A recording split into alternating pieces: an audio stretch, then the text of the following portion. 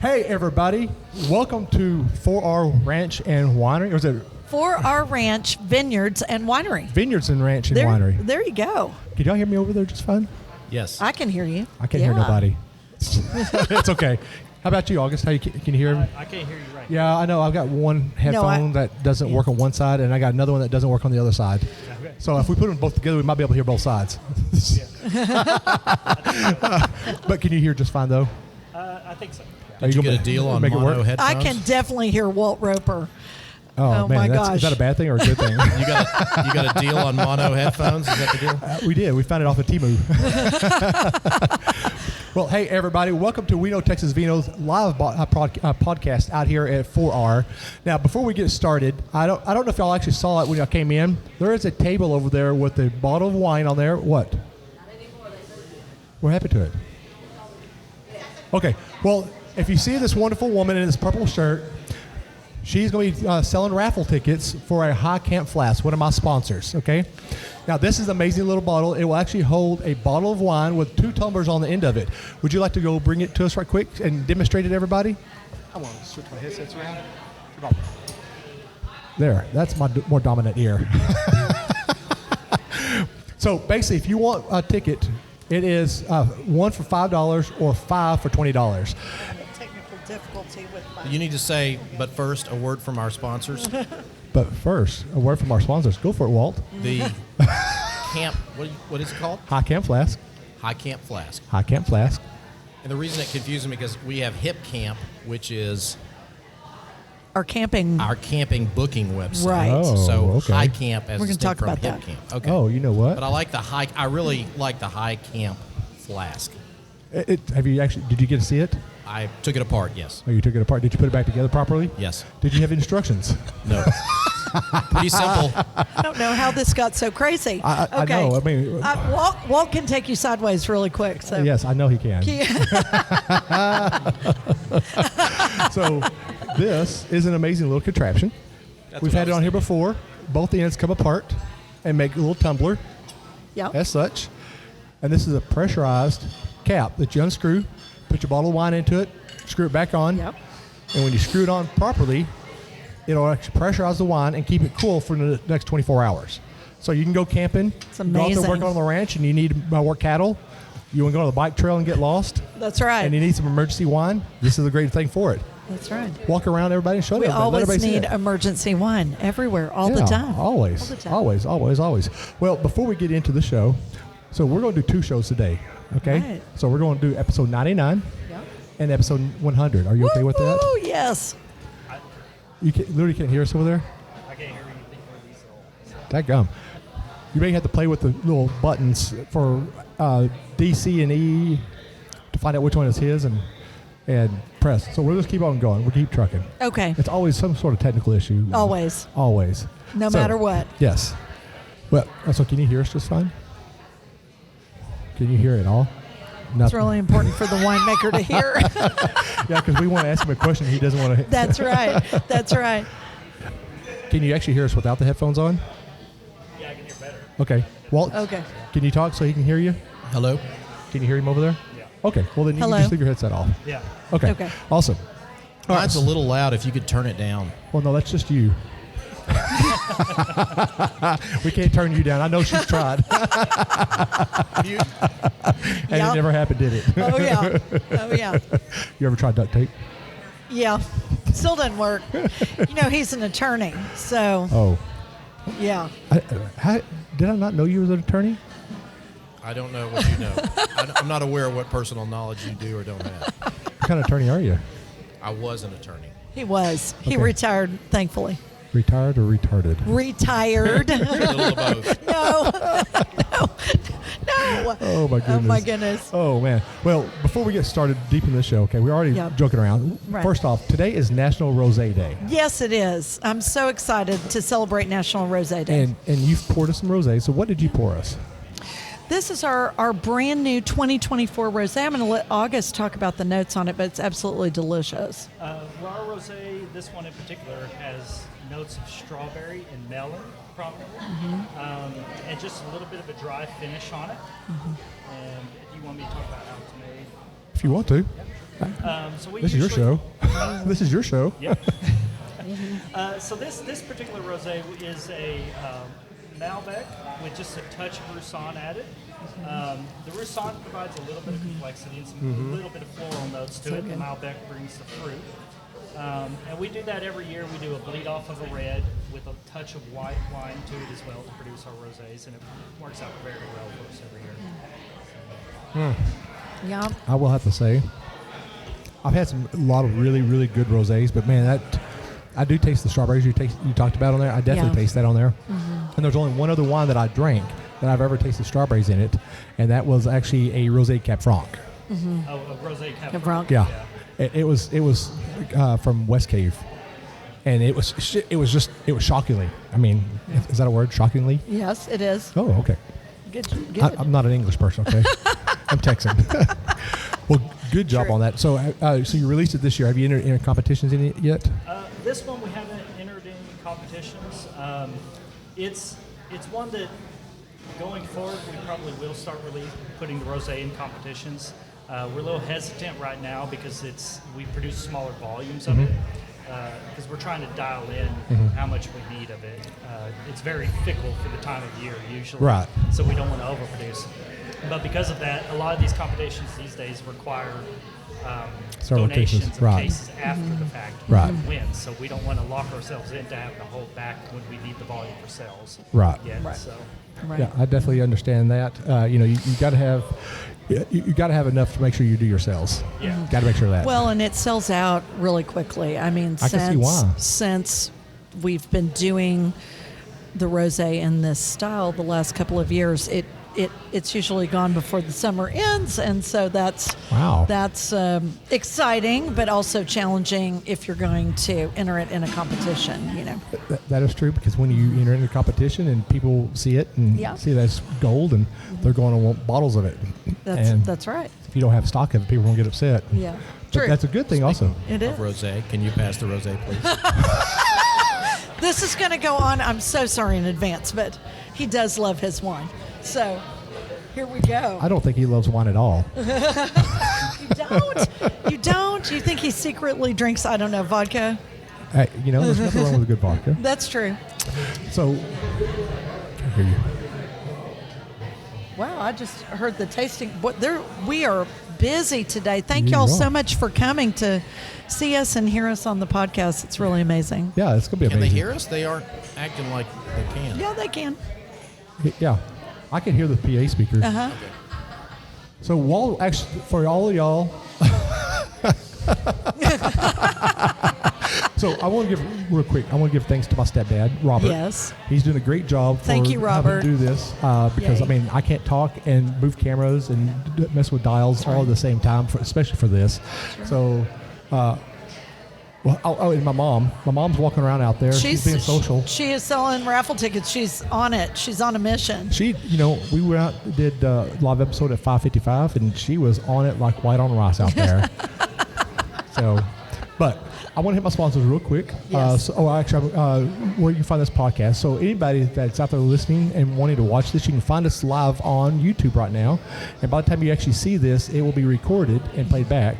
And then I actually go through and I'll do an edited version of this as well. Great. But you can find it on YouTube at We Know Texas Vino. And then, of course, you can find us on any podcasting platform, Spotify, Pandora, whatever you listen to podcast on. So look up for Awesome. We Know Texas Vino. And, of course, find us on Facebook at We Know Texas Vino. So it has been first off, August, I've never formally met you. I'm Will. I know your predecessor, Anthony. yeah, Good man. yeah, very good teacher too. Yes, he is. And man, I've never seen such a very calm and collective man in my life, but very soft-spoken. Yes, very much so. I think he takes that. What was that president said? Walk softly and carry a big stick. That's Anthony. That's Anthony. That's the definition of Anthony right there. Yeah, there were times in the winery where we'd be working, pumps running, moving stuff around, and all of a sudden I'd hear him like yell across the room. I'm like, yeah, why are you yelling? He's like, because I said it 3 times and you didn't hear me. I'm like, well, sit down. Oh man, I love Anthony. Anthony's such a great guy. He's actually is. one of my little He's mentors awesome. also for my little journey that I'm going through. Yeah. So we'll come to you in just a second. All right. We got 2 1-hour shows for this. We'll come back to you. All right. We won't forget about you. Hopefully you'll talk. Who's this guy again? So Recently promoted to our head winemaker, Yeah. and also Munster's hometown guy. I mean, born and raised right here in really? this town. Generations of his family from this town. So we'll talk about that. yeah, we'll get to you. I'm going to catch up with these people over here, and we're going to slide you in. Yeah, Hopefully you'll comment on stuff. Hope you'll comment on some stuff. Oh, he's ready to talk. Oh, you got some dirt? I'm ready for the dirt. So, Walt, Nicole, Yes. it has been almost 2 years since I've been. Actually, I think it has been 2 years since I've been here. It's been 2 years. It's been 2 years because it was. Because you all were doing, you were just right in the middle of your earliest show. Yes, because I think we starting. just got through doing like our Yeah. case. I think our Yeah. episode, I don't know, like 10 or 15, somewhere in there. Right. Somewhere Yeah. in there. Yeah. Yeah, and Walt Yeah. told a dirty joke. I had to edit out of the podcast. Yeah. I was supposed to go back through and find it and bring it to you, and I forgot to do that. That's okay. He's I'm actually sure he remembers. So I'll tell you one thing that actually I remember from that episode. We were sitting here at this round table, and you had one of your regular members. She was an older lady, and she Shug. was Shug. That's her. That's her. And I Yeah. think she wanted to take Michael home that night. She did want to take Michael home that night. She immediately got into the podcast and Oh, yeah. hopped on with a whole bunch of her own stories. It Oh, was yeah. a lot of fun. Yeah. Oh, yeah. Most definitely. It was They're good. regulars. Yeah. Yeah. So outside of Anthony, what has changed? Oh, sorry, not Anthony. Why did I say? I looked right at you and said Anthony because both y'all have an A in your name. August. Yeah. Outside of August changing in the last 2 years, Walt, I'm going to let you talk. Yeah. What else changed? I think the biggest change you might notice, we've added roofs on our deck. A roof on our deck, I should say, and then we added a shaded area. We added a roof on the north side. Okay.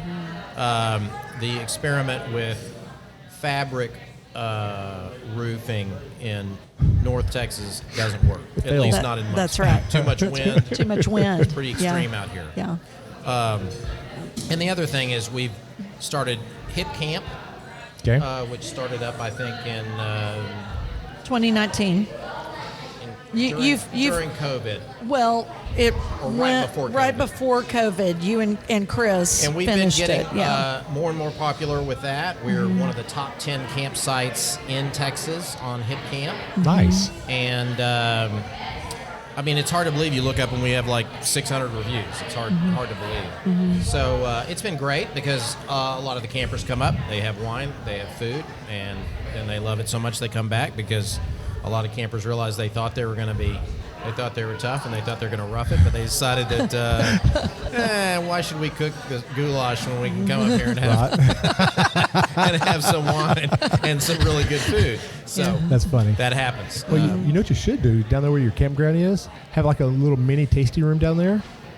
And when you have a full, you have a full camp, have wine stock down there, and people can walk Well, over. the problem with that is then you need refrigeration down there. Then you have an employee down there. Then then it becomes a whole nother taste room. So, Well, I think also too, they like to come up because of the view. Oh, that's I true. mean, what we have for those who haven't visited us is an outdoor deck, 50-foot cantilever deck with about 270 degree views, panoramic views of the Red River Valley, and I think that's even today with it being almost 90 degrees.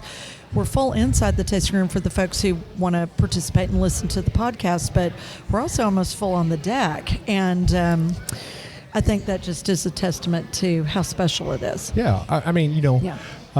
First off, it's my second time out here, which I need to come out here more often. But see, I just told on myself. You okay, Walt? yeah. You hadn't said a word. I mean, very little word, and you're not a man of little words. I thought I wasn't supposed to be talking till spoken to. Oh, I mean, you can talk anytime you want to. Okay. Yeah, I want you to talk. You're the actual star of the show here. Nobody else is. Nicole That's was. right. No. No, August is actually. I'm gonna focus over here now. So you have an amazing place out here, and coming out here my second time, I got kind of lost. I was like, I don't remember none of this at all because everything was all flat, and then I was like, I thought they were on top of a mountain, like a little mountainous A region. ridge. We are.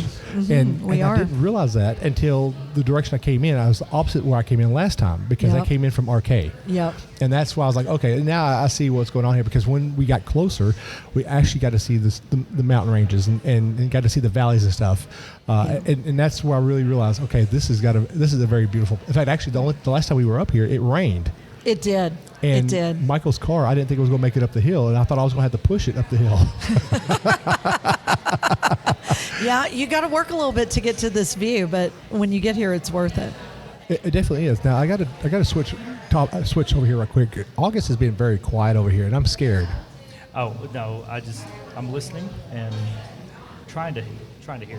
So I'm sorry. I'm sorry the headphones don't work. No, that's don't shoot fine. me. Well, feel free to chime in. I mean, we want some dirt, okay? So actually, how long have you been here? how long have I been? I've been here since November of 2016. So right Oh, when wow. they opened up the tasting room. About 2 weeks later, we hired him. Yeah. Oh, wow. I started as Yeah. kind of part-time cellar hand, part-time tasting room staff, and been here ever since. Oh, okay. So you pretty well just learned as you went. I'm sorry.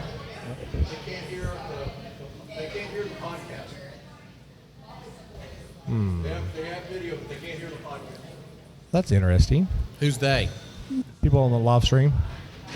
The world? The world can't hear. Oh no! You know, Well, maybe we ought to take a break while y'all make sure. well, the problem I'm having is my soundboard can't go to my computer, so I have to use the audio from the microphones to get onto the Wild Wild Web.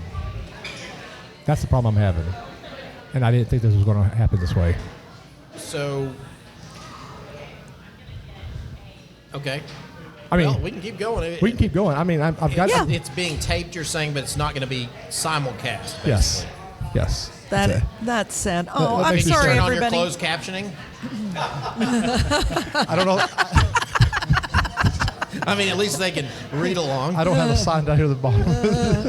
Yeah, probably. Maybe we can get a signer to come in. Wait, how did that go again?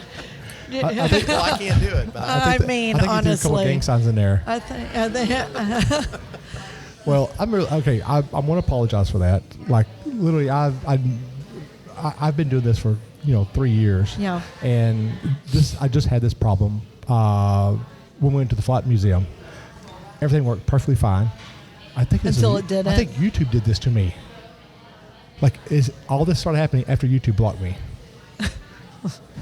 Like YouTube bought you?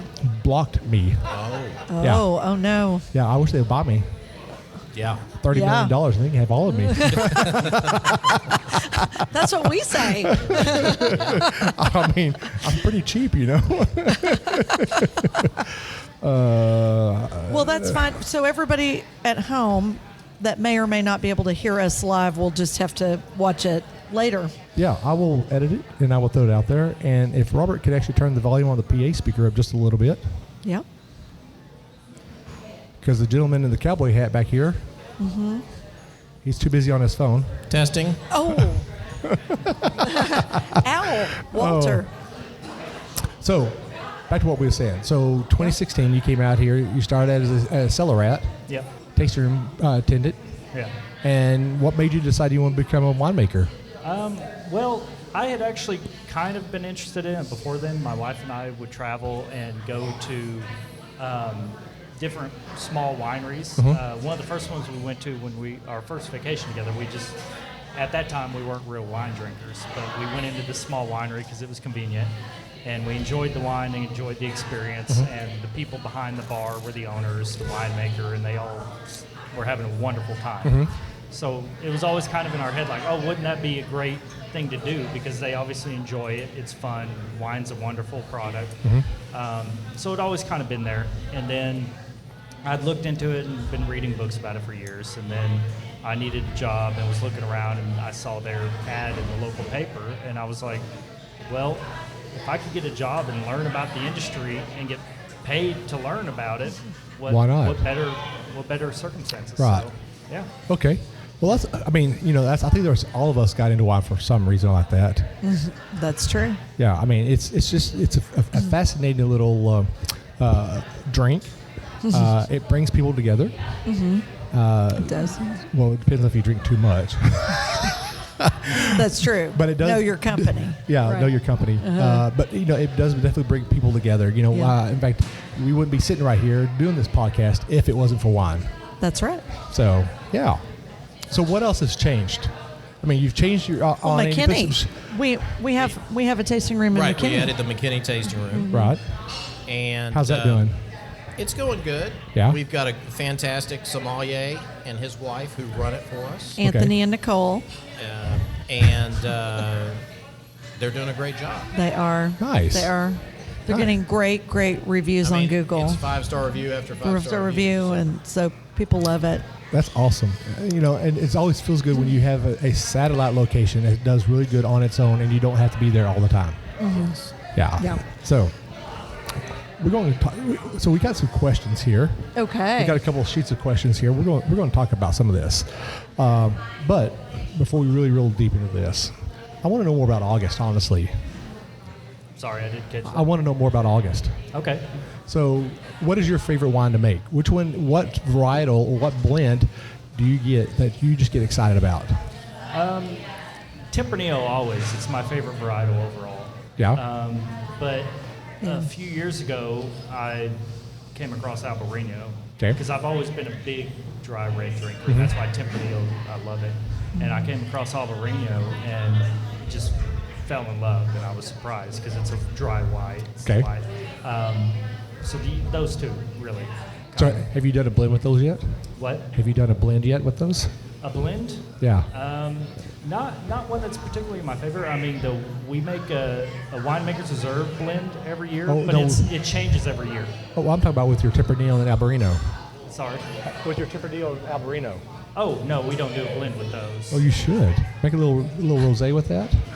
We could, I mean, but honestly, I like my rosés made from Malbecs, Grenache, Okay. Mourvedre, stuff like that. Okay. I've Tempranillo, to me, I've had some Tempranillo rosés, and some people do it very well, but it's never been a varietal that I go to as a rosé. that's fair. I mean, I've had some Tempranillo rosés that were good, and I've had some like really. Well, to me, like I said, even the ones that I can drink the Tempranillo rosé, and I'm like, objectively, this is a good wine. It doesn't stylistically hit where we found our clientele Right. to want Okay. rosé to be. Okay. So, Well, I mean, that's fair. You want to make sure you make wine for everybody's going to like, Yeah. So, all right. So, Tempranillo and Albarinos are your favorite ones. What else do you get excited about when what brings the passion out more? and it's odd because when I first started in the wine industry or started drinking wine, I wasn't a big Cab fan, but now it's one of my favorites, and it's one that we do best, I think, actually now is our Cab. It's amazing. Yeah. And then if you're talking about just stuff I get kind of a geek out about in the winery, I'm not a sweet wine drinker, but we produce a sweet wine called Nectar Nero that, again, I don't drink it because it's too sweet for me, but it's technically challenging to make the way we make it. So that's enjoyable to me. So every year we start that, I get a little excited about making that. Okay. Just because the process Right. is challenging. Right. So. I like to tell people I'm a sweet guy, but not a sweet guy. You get the joke, Walt? I'm a sweet guy, but I don't drink sweet wines. Got it. That's the first time I've ever had to tell Walt the punchline of a joke. He usually gets it all the time. I guess not this time around. Not enough wine in you yet? Definitely not. So we're going to talk some questions now, okay? So we got a whole bunch of your members submitted questions. Oh wow. Yes. Have you read this list yet, Walt? I haven't read every question. I'm ready. Did you read these questions? Yeah, I looked over them. Yeah. But Yeah. I'm much more ready than I was when you had me on your podcast at the Drink North Texas event. I should have been on the podcast. Which, by the way, I want to do a shout out to Chris Hornbaker. Oh, and- yes. Oh, and yeah. all the folks that were involved in making it happen. From Yes. the North Texas Wine Association. Yeah, they did an amazing job. If you missed Drink North Texas in Dallas this year at the Frontier Flight Museum, catch it next year because it's coming back, and it was amazing. Well, Chris and Darlene and Reagan, they did a great job. And Walt is pouring a glass of our rosé to toast you. we're going to get glasses right quick. Don't make a mess. Don't spill it. It's hard to do from that distance. You need longer arms. There's the pour. The pour and Thank the you, thank pour. All right, so our very first question we got here, Okay. and this is actually interesting. When I read this last night when I got them, and it's actually it's a very valid, good question. What was the inspiration for the architect of the tasting room here in Munster, and how was this location chosen? Well, that's a funny story because originally we had an architect, Gary McKibben, and he did 4 or 5 different designs for us. And originally we were going to do it in one of the houses down in the valley. And we eventually decided that it would just be better up here as a standalone facility. The inspiration was he kept doing these designs and I kept simplifying it. Finally I said, Gary, just do a rectangle with a shed roof. It's true. Like Sea Ranch. And so Sea Ranch, which is kind of the archetypal shed roof structure, was kind of the inspiration for it. Although I do the limestone, Texas limestone architecture was, of course, how we got the limestone on the outside. We'd seen that so much and we really liked it. Oh, okay. Well, and to further that discussion, Chris Roper, who's the other owner of 4R Ranch, and my brother-in-law, Walt's brother, he actually found this spot, remember, to build He it. suggested it. We originally were going to convert his house, and he said, I think we ought to do it at our best view. And he was right. And he was We right. should have It was done that. 100%. We did it where he suggested. You know, there's first off, amazing view up here. Absolutely gorgeous view up here. Even in the fall time and the winter time, where all the leaves are down off the trees, you can still see out. It's still a beautiful view sitting out there. You see the color of the autumn of the trees changing colors and stuff. Just absolutely gorgeous out there. Can you hear us over there, August? Yeah. Okay. I was just going to chime in on the view when you're talking about fall. There's even the fall colors out here. It only lasts for about, a week? Maybe two, Yeah, maybe a 2 week, weekends. Maybe 2 if yeah. you're lucky, where the fall colors are just phenomenal out They're here. phenomenal. Oh, yeah. Then the wind comes through, they're all gone. They're all gone. Yeah, that's you true. get a couple That's days, true. you're done. And I will say, too, we fought with our architect because he said, well, you really don't want the view on the west. You don't want to be looking west because that's where the sun is just so hot. And I said, yeah, but Gary, the view's just, it's got to Yeah, be west. it He has wanted to be us west. to look down in the east into the first valley. But No, West is it's where it's at. the west is where it's at, and now that we have everything is covered with our new roofs, you don't have as much of the sun like you used to. Huh. I mean, yeah, I get that. I mean, because I remember when we were out here, you didn't have a roof out there, and it was hot, and it was raining, and you couldn't sit out and there. you kind of noticed that, I bet. Just a tad bit. Gosh, I don't know. So, but I'd also know, while we're talking about this location, I know that you also have something special about this location as well. You'll have like bike trails that you had built. We still have those bike trails? We have a 10-mile mountain bike loop and lots of pass-throughs and add-ons and spurs. And so, yes, we have a 10-mile mountain bike loop that we have 3 or 4 races a year at, and people can come up and ride it 24/7. All it costs is $10 to come up and ride it. That's right, and your brother was Yes, very my brother instrumental in doing pretty that. much built the trail Yeah, he did. with a little help from me. I welded 7 cattle guards, which some of them still work. Gosh, I mean, cattle guards only have one function. That they don't work. You haven't seen my welding. Ooh, man, I'm scared about that one. I'm just going to look around, make sure there's no weldings around here. No weldings. No welding. He didn't do anything on the When inside you're of the welding building. No. cattle guards, you either got to be a really good welder or you got to pay your insurance premiums. That's right, or both in this case. Yeah, right. So, and this is actually a very good question also. What led you to start a winery and a vineyard in Munster? And what was the vision at that point?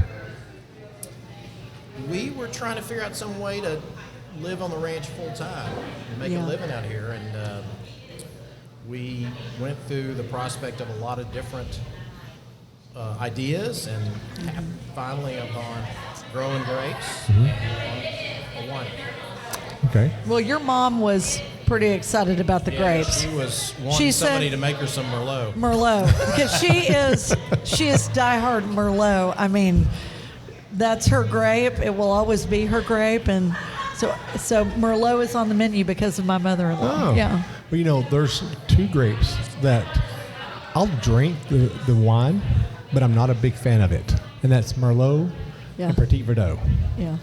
Both of them, when I drink both of them, it dries me out. Like, I can't drink it. I'm just like, it's just, Oh, and that's those tannins. Yep. Petit Verdot in particular, it Yeah.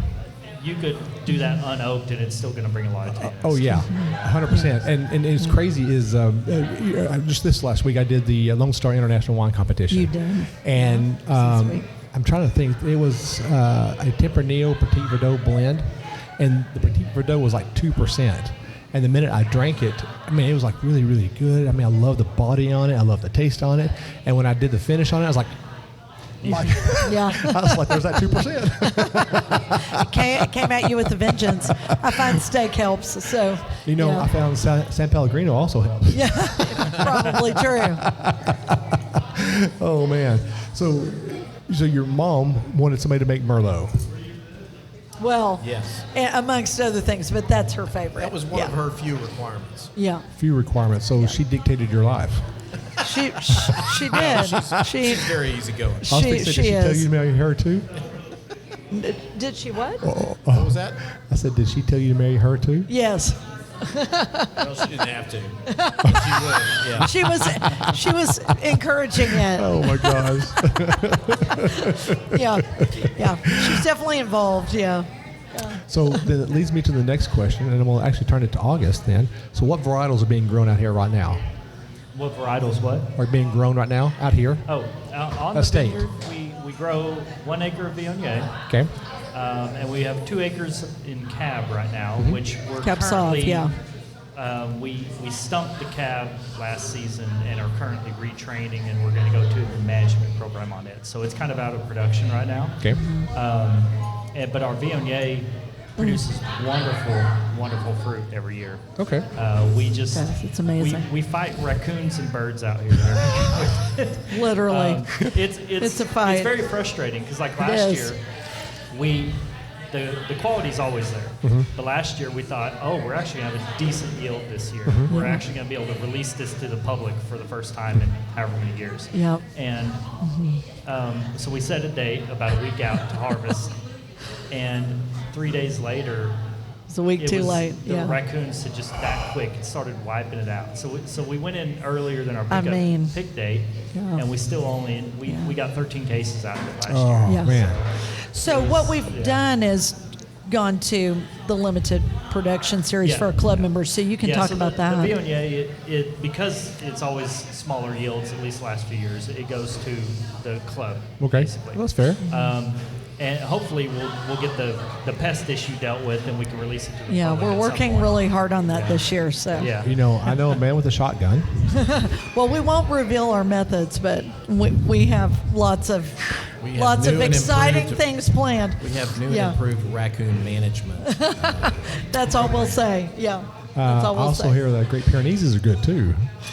She Well- is our dog child would be excellent at it, but she is now very used to the couch and the air conditioning and is choosing not to work anymore. Lucy is very happy as a pet. Well, So- I know another Great Pyrenees that's like that. Mine's the same way. She walks outside. She does a perimeter check. She Yeah, comes that's right. back in the house and gets on the couch. That's right. Yeah. Somebody said to me the other day, "Oh my gosh, she has the cutest floor ornament ever." And I said, "I know, she's adorable. She's really the sweetest thing." We get asked a lot of questions about Lucy, and that's her name. And if she works on a ranch, and I was like, we'd love for her to, but we just can't get her out of the Can't get AC. motivated.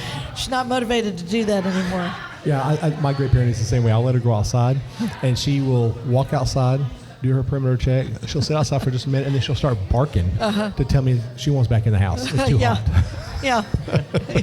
Yeah. Now, when it snowed, oh man, she was out there in that absolutely. snow. She loved If it. you can get her in snow, or several years ago we took a trip to California and came across an awesome place called Avia Beach, which is 100% dog beach for dogs. And Lucy had her first trip to the ocean, and you talk about the joy with her. Once she figured out that the waves were not a threat, she was ecstatic. I mean, crazy happy. So from that moment on, I think that was when the transition happened to be like, yeah, the work has ended. I'm here. I'm a lover, not a fighter. That's it. I just want love. I took my Great Pyrenees out camp. She loves camping. And I took her out one time. We went out to the lake. I let her get in the water. I regretted that moment ever since then, because she gets out there and she was splashing around and jumping around and having a good time, Yeah. and then drink the water. And then she looked at me like, "This is not house water. This is not tap." This has not been filtered for my needs. Yes, Oh, we my understand that. Yeah. Oh my goodness! So, actually, the next question, we actually started talking about the varietals, and since I'm going to see if he knows the answer, Sure. and I'm going to let his answer coincide with your answer and see if it matches. Are you ready?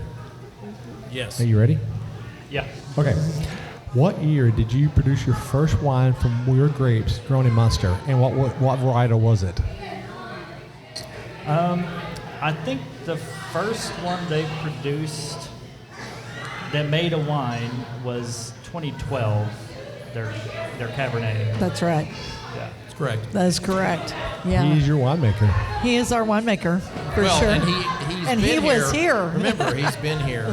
Well, that's why I asked him first. I was serving in the tasting room when I first started. So. Yeah. That's why I asked that question. If Yeah. you knew that off the top of your head still. Oh, yeah. Sorry. I was wondering if you still remember that. Yeah. Yeah. You He does. Not everything, but I remember a lot. Yeah. And this is actually the interesting one right here. What was the first day like when you opened your winery? And was you nervous? Well, it was so great because, we had gotten to the point, and Walt can talk about this, but we had gotten to the point where we were just like, we just need to get open. We could have spent another year trying to add this or make this a little bit more special, or wait till this vintage was ready or whatever. And we finally just said, no, this is the date, first Saturday in November 2016, we're opening the doors. So we were still trying to hire for a team. We had hired August, because you were there opening weekend, I think, or did you come after? It was a second. You were weekend. after second weekend. You were there, so we were in the process of interviewing folks. And so what was so cool was so many of our good friends from Dallas and our family came up, and they were our sales associates. They were the people behind the bar serving everybody, getting everybody, into the wine club, and pouring the tastings and delivering the tastings, and it was really so cool to have all of that support. Okay. That opening weekend, it was really a lot of fun. But yeah, I think we were nervous. You always are the first time you do something new, right? Or something major. Yeah, especially for Walt and I. We each came from different careers in Dallas, and I had managed a lot of retail stores and had a really big career there. But when you're doing it for yourself, there's always Right. some nerves involved. Oh, And yeah. so, but we had a blast that weekend, and we had a majorly big Saturday, and then the next day, my cousin, who was sitting next to me when the door opened, all the same people came back. And she's like, Nicole, you have regulars. Yeah. So there you go. You have regulars. And that's So how it all starts. That's how it all starts. It all starts like that. Yeah. So then I'm going to do a follow-up question to that one, and even chime in on this one also. So if someone wants to start their own winery, is it better to go ahead and wait until you have your own wines, or should you go ahead and do a custom crush until you get your own wines? Well, I'm going to repeat the advice that the late Gabe Parker Yeah. gave to a good friend of ours, Okay. Tom Bush, former owner of Cooley Bay. And Gabe said, just get open. And he's right. We were waiting. We thought we had to have we thought we had to have vines in the ground and a real vineyard before we opened. But the truth is there's lots of wineries that are very successful who've opened without even vines planted. So I'd say to any entrepreneur, do your homework, but get open. Yeah, I would have to agree with that, because it's all well and good to, in principle, want to start with your own fruit, your own wine from that fruit. Yeah. But that's a good 5 years of investment without Right. any minimal revenue. Yeah. Right. So it's one of those things. Again, I agree with him. You got to do your homework. It's an expensive business to be in, but you can start out with wines from somewhere else, Right. and work yours into the program as you get there. And what's the saying? You got to spend $2 million to make $1 million in the wine industry? Or more. That's the other advice I would give. Start with a lot more money than Or more. Start with a lot Or more money than we did. Or I'd more. say that. More. Well, That's a case where more is better. You know, that's the way. That's when more is better. oh, that's yeah. funny. Yeah. Well, real quick, I want to take a quick pause. Yes. So my groupies. I see the You groupies. see my groupies out there? Can y'all wave out there? They actually brought a balloon that says 100 on They there. did. Is that not awesome? That is awesome. Did you not bring one that says 99, then 100? No. We're just on 99 right now, I think. I love them. They're good friends of mine. You know, they've come into the tasting room where I work at and hung out, and they found me. We became good friends.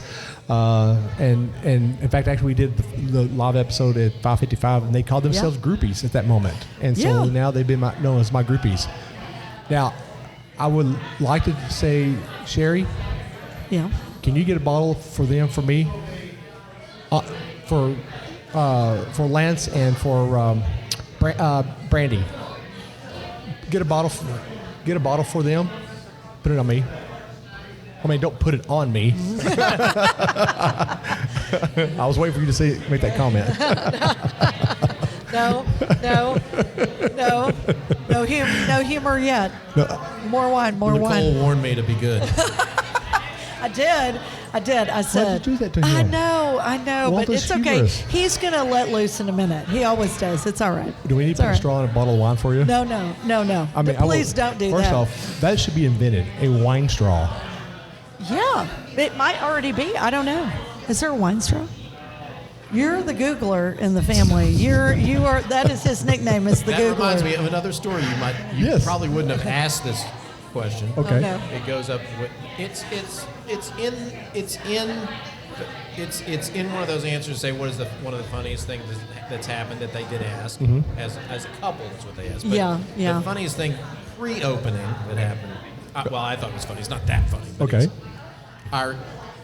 at some point we had an awesome contractor who built this building from scratch and converted the winery barn. Right. Okay. And he had worked on homes for my brother, me, and my mom. He worked on our homes in Dallas. Okay. And so we were very familiar. We were friends with him. Did a great job for us everywhere. And he was also, at the same time he was building those two buildings, he was also doing changes to our two houses on the ranch and our guest house. So we had 5 buildings. All pretty much under construction at the same time. Wow. So I said, Mark, and his name's Mark Hallen, great guy. I said, Mark, hey, when do you think we're actually going to be done with all the construction? And he said, Walt, that depends. how long can we keep you off the internet? That is true. I I've can't forgotten find that. cool stuff to add to the building. Can we do this? Can we do this? And this was Gabe's point about just get open. At some point, my mother-in-law just said, "Enough. You're open." That's funny. I mean, well, yes, please.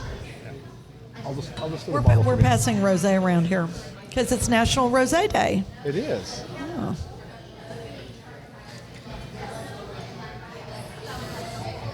And if you want a great glass of rosé, 4rwines.com. There you go. That was the shameless plug. It's not for shameless. the It's your show. rosé. Enjoy It's it in shameless. your high camp flask That's Hey, right. Look at that. There Look you at go. That. as you're sitting at one of our hip campsites. Oh, wow. Man, look at that. We're just plugging Wow. everything in, aren't we? Wow, wow. It's easy for you to say. Oh, I no. almost did an Office reference. I kept my mouth shut. We got it. This is a kid-friendly show. So first day is through. You got the nerves over with. Yeah. Now you found out you start getting regulars in here. Okay. Now, I'm going to turn this over to August here. 'Cause Sure. I want to know how he felt his first day here. Like when you started pouring wine and you decided you were going down this path, how did you feel on your first day How did I feel on my first day? here? Yeah. It's one of those things where you get thrown into the fire, and that's the case in any service industry job because they can only tell you so much before you start. A lot Right. of it's like hands-on and Learning, Same yeah. thing, even in the winery. It's a lot of you're not going to learn it by me telling you. You're gonna learn it by doing it. So there's a lot thick and fast, but you just got to keep going with it and tell yourself you're going to pick it up as you go, and you do. So. Now, out of We've got to curiosity, put this in context. August history. August grew up in a dairy family. Okay. Owned a dairy. Oh wow. So he traded the udder for the wine thief. So, while you may think that was pretty cheesy. yeah. Sure so was. You may think. So August was delighted Welcome to that he me. was working with a beverage that had a need for vintages. You know what I'm saying? So he's happy to be here. I think. Yeah. Oh yeah. How did you put up with this all this time? What? How did you put up with that all this time? Oh, it's Yeah. you get used to Wait, it. when We're gonna Anthony was here, it was really, they were constantly back, and it was very funny a lot of the time. This is the first time you've had anyone on your podcast compare the milk industry with the wine industry. So, I don't know good. why we're wasting time on this, but okay. Well, I will make one comment on the milk and wine, okay? Okay. So I will say this. I found a cure for lactose intolerance, and it's wine. Seriously. So we were at Kiefer Saul. They were making table-side vanilla ice cream and with bananas Foster, and I wanted some. That sounds I'm really lactose good. intolerant, and so I ate it, and I thought I was going to die. Like literally, I was digging my grave. It was hurting so bad, and I drank wine, and I felt better. so which varietal do you use with your Cheerios in your cereal? You knew it was coming. Well, okay, so so sometimes I like Miller Lite. Sometimes I like a little Riesling because instead of adding the sugar in it, it's already That's there. true. It's already there for you. That would make sense. Yeah, that would make sense. We should do a stand-up show on wine. Please don't. That would be great. No.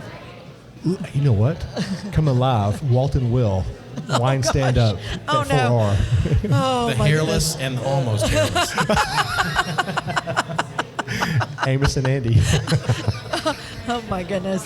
Oh my God. No, but in all seriousness, I have to say that August has become a sensational winemaker.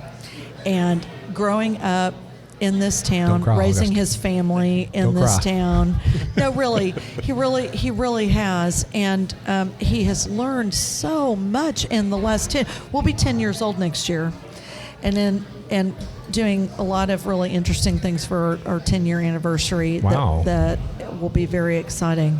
But during that whole process, you just see his evolution to this point of being winemaker, which is so exciting. And today, earlier for Father's Day, he did a vertical tasting of our Cabernet Sauvignon from 22 or 21 to now. We started with the 22, which is what we're currently serving. Yeah. We did our 23 reserve, and then the 24, which is still in barrel. And still in barrel. And everybody that's done it today is like, wow, wow, wow, wow. And that's really how you can see not only the evolution of the winemaker, but really kind of the evolution of 4R's story too. And that's really exciting. That is always cool when you do something like that. When you get to taste what you did very first time, and then you get to taste it, next year and the next year and next year, and you have enough to keep doing that. And be able to taste, we really didn't know what we were doing this first year, but holy crap, look what we're doing now. That's amazing to get to taste that. Yeah, I mean, that's the thing, anything really, but especially winemaking, is that you can't get in the slump of thinking you're done learning. It's a constant process. And if you want to produce better wine every vintage, or even just to maintain every vintage, you have to keep learning. Oh, yeah. Because there are so many things that you could have been a winemaker making wine for 5 years, and all of a sudden your sixth year, you make it the same every time. And all of a sudden your sixth year, you're faced with a problem that you haven't seen before. And if you don't keep learning, you don't know how to address that problem. Exactly. So I'm going to throw you a little pop quiz. Okay. How many times a year do you get to make wine? How many times a year? Well, it's. Do you want me every day? I mean, we have harvest once a year. There you we go. ferment once a year. There's the answer right there. But then it's an everyday thing. Yeah, it really is. You get to make wine one time a year because you get to harvest the grapes, you get to crush and destem and start your fermentation, and you start that process. And what? Sorry. And you start your process. Yeah. And then you got to wait till the next year to start all over again. Yeah. So once a year, you get to make wine. Yeah. So I don't know who it was that I heard this quote from, but he said, someone asked him, how long have you been practicing making wine? And he's been doing wine, he said, like 34 years. And the guy said, well, I've been doing it for 34 years. And he goes, why so little? You've been doing it for so long. He says, because you only get one time a year to make wine. Yeah. Because you harvest, and that's it. Yeah, and that's the thing. Yeah, every vintage you get one shot at that vintage. That's right. It really. I mean, you can if you do something a little bit wrong, you can try to fix it throughout its process, but you got one shot. Yeah, never thought about Well, that. that is the difference between wine on the one hand versus beer or spirits, is that you can buy hops anytime. Yep. And make beer throughout, make a bunch of batches. You make a batch that's bad, you just throw it out and start, buy some more hops and whatever ingredients you need. But wine, you can't get grapes year round. Right. That's right. Yeah. So And right. just to compare again, beer, it's a very much, I need more beer, so I'm going to go start a batch. Right. It's wine. You got to plan. With whites, it's 2 years in advance. Reds are 3 or 4 years in advance, and you got to hope that your projections are going to hold. Because it's one thing to make a little bit more than you need; it's another thing to run out. So, yeah. Running out's a good thing, though. Sometimes Sometimes it's a good thing. Sometimes it's a good thing. Yeah. So I actually had a question on the top of my head, and it just went away. I don't know. well, you got a list. Yeah, I know. Well, I mean, it was a rebuttal to what you just literally just said, and I just went completely blank. What was it? I just totally went blank. Okay. Moving along. All right, so the next one here, I didn't even know this one. So this had to be like an inside question. Okay. All right, tell the story of how the houses you live in were moved to the property. Well, okay, so there's 3 houses on the property. The one house that's a single story, the guest house, has always been here, as far as we know. Okay. It wasn't moved here. It was probably built here a long time ago. That has alternately been called the bunkhouse or the ranch foreman's house. Okay. But we called it the guest house. Okay. Gast house, as in Guest, German. as in German. The guest house? G-A-S-T. G-A-S-T. Oh, gas. G with an umlaut. Guest house. Gassed. Okay, I thought you said gas house. No. Guest house. No. That's a different kind of German house. We're not going to talk about that. That's just wrong. Yeah. The other two houses were moved here.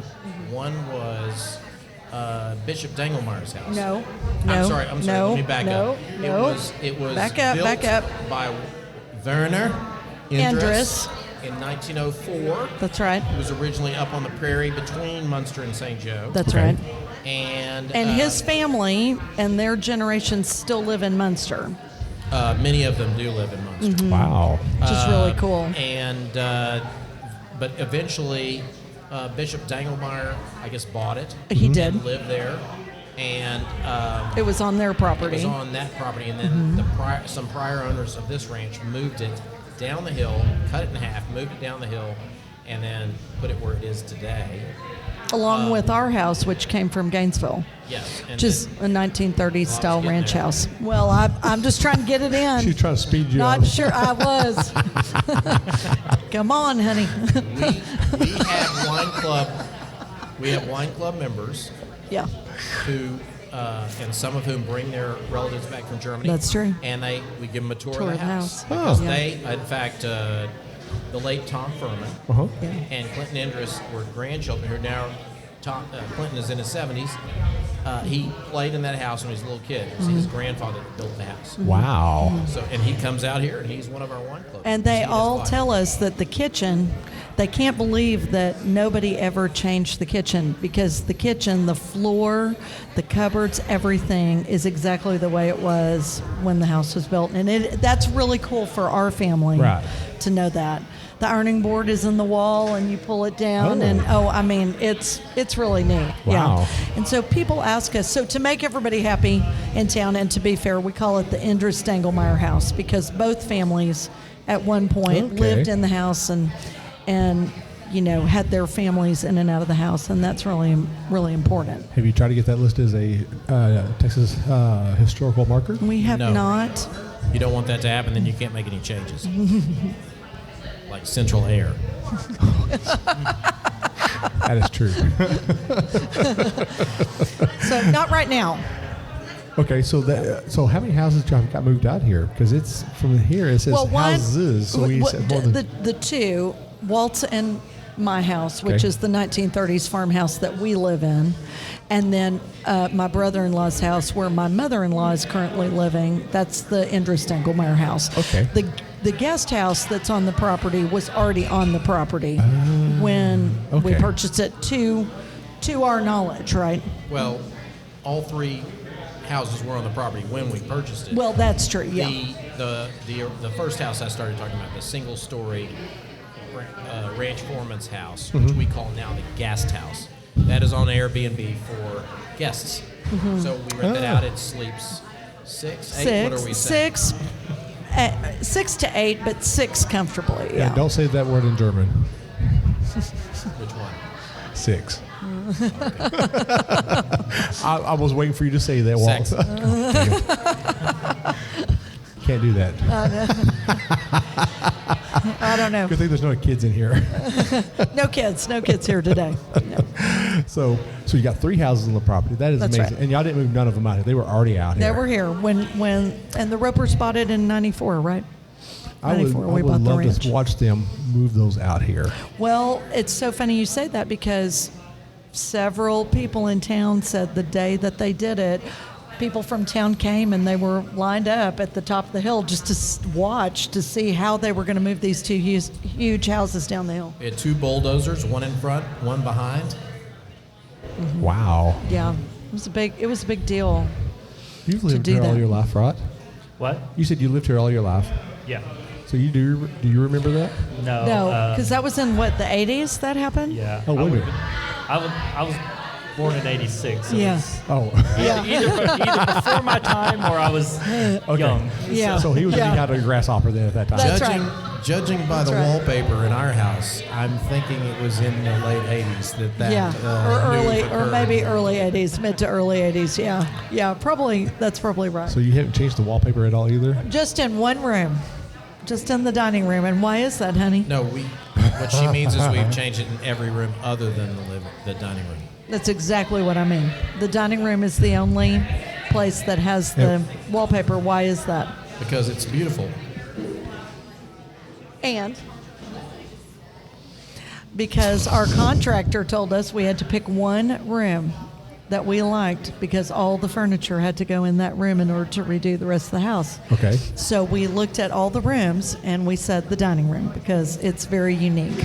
The wallpaper is very unique. So. Okay. That's fair. One room downstairs. Okay. But it's still beautiful, right? Yes. Okay. That's all that matters then. Now, is that You your better words or say is yes. that her words? I like the wallpaper. Ooh. We have to talk about wallpaper a little bit. That's another podcast. Yes. Oh, my goodness. So, still got some great questions on here. How long did it take you from the time you decided to start a winery to the first bottle of wine that you sold? And I think we actually talked about this. It was like what?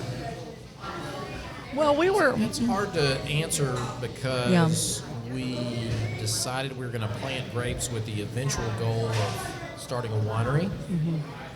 Because you and your mom and your brother really we planted decided grapes that. in 2010, and we knew that someday we wanted a winery. So we were thinking about a winery. We were trying to figure out where we wanted it, what kind of building, et cetera, and we did a lot of research. Me and my brother and my mom flew out to Paso to.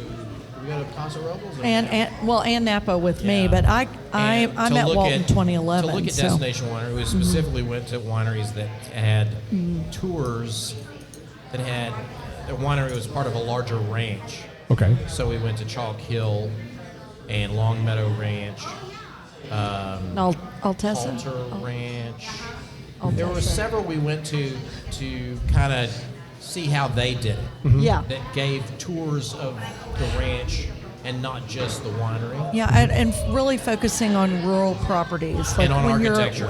when you're a destination winery, what are all the things they have? What are successes for them? Right. Because we are in Munster a destination winery. I mean, you have to drive, an hour and a half to get here. So we wanted to be really purposeful in all the extra things besides the tasting room that we were doing. Okay. Yeah. Yeah. Well, I mean, that's a very viable option. I mean, you got to figure out how you want to do this, and once you get it all figured out, then you put a game plan together and you execute.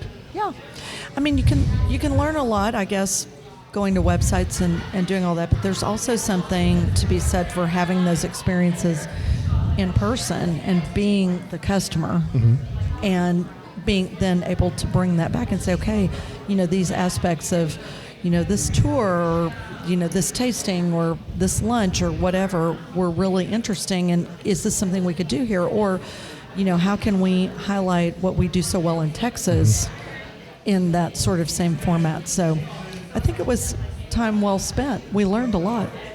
Yeah, I think in hindsight, I've always wanted to do tours, ranch-wide tours, like an hour-long driving tour of the ranch. We've never managed to do it. We're always too busy working in the tasting room.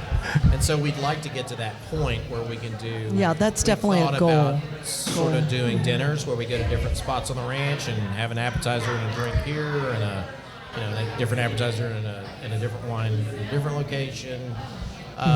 We thought a lot of a lot of ideas. We're still evolving. What we're thinking. Okay. Nice. But that's probably a good place to leave it. Don't ruin the surprise. Well, while we're talking about that, I've asked this question before, and someone actually asked this question as well. Why the name 4R? What does it signify, and why did you and we've already talked about why did you begin the winery? The 4R is when I was growing up in Waco, Texas, we had a farm outside Waco near Rosebud, Texas, on the Brazos River, and that was called the 4R, and it stood for the Four Ropers. Okay. So that's R my is Roper. Yeah. Roper is my last name. That's what it stands for. And when my parents sold that ranch and bought the ranch up here, we decided to call it. Okay. Okay. Well, I mean, that's, I actually thought last time we talked about this, it was like you gave me more in-depth answer. Why Well, does it seem we a little, did. Well, funny story. When we were trying to think of what to name the winery, you and your mom and your brother and I sat around for hours trying to come up with names, and either the names were already taken or we didn't agree. But the one thing we all agreed on was For Our Ranch. So there you go. Yeah. That's fair. Okay. That's Sometimes awesome. that happens in Yeah, a family. it does. Yeah. You argue, you don't get along, you just name it whatever you want. Well, I think the 4R name has turned out to be really good and a perfect name because it's short, it's sweet, and it's. We came up with a lot of bad ideas. I'm glad we ended up with 4R. Me too. Me too. Was the right decision. You know, I know there's some wineries out there who've made some really bad decisions. Let's don't talk about that. We're not even going to talk about it like that. They're not in Texas anyway. Let's not worry about it. Yeah, that's right. That's right. So, and here's actually a really good question. With all that, is what's your favorite thing about owning a winery? But actually, before you answer it, I'm going to let, even though he doesn't own, I want him to tell what he feels is the best thing about owning a winery, even though he doesn't own it. Sorry, the best thing what? So you don't own this winery, but you own the winemaking process. So what is your favorite thing about owning the winemaking process? My favorite thing about it is it's hard to put a finger on one thing. Probably generally just the creative part of it. Where we're producing most of our wines are the same varietals. We've kind of ended up with this consistent lineup we produce vintage to vintage, with the exception of some limited production. But even vintage to vintage, there's a stylistic component you're trying to hit that's a moving target every year. So it comes back to technical challenge. Right. That's enjoyable to me because even if you're producing the same wine from the same vineyard every year, it's always different, and there's something different about it. Okay. So what about y'all? What is y'all's favorite thing about owning the winery? I would say the fact that it's left brain and right brain both. You get to do the stuff that engages all your senses. You get to do the creative stuff. You get to do the spreadsheets and all the business stuff. So you get to do everything, and every day is different. You have to solve problems. We are, whether it's working with August or our ranch hand or our tasting room staff, we're always just basically trying to solve problems, and it's a new problem every day, and it's a challenge. And some of it's creative, some of it's just pure logical, and some of it's financial, and some of it's. But it's always it engages your whole. It's you get to use your whole range of skills. Okay. Whereas practicing law, you got to sit in the office, you got to argue with people, you got to think hard, compete with people, but it's just uses your whole range, and you get to be creative, and that's what I like about it. It's just always different. There's always something new. You got to know all about how to deal with which fungicides to use, and all about how to build trellises, and with August, working with August to figure out what's the market doing, what kind of wine should we make, where should we buy grapes from. I enjoy working with August to figure out, okay, how can we get grapes here cheaper than we did last year? Should we rent this trailer? Should we buy this truck? Whatever.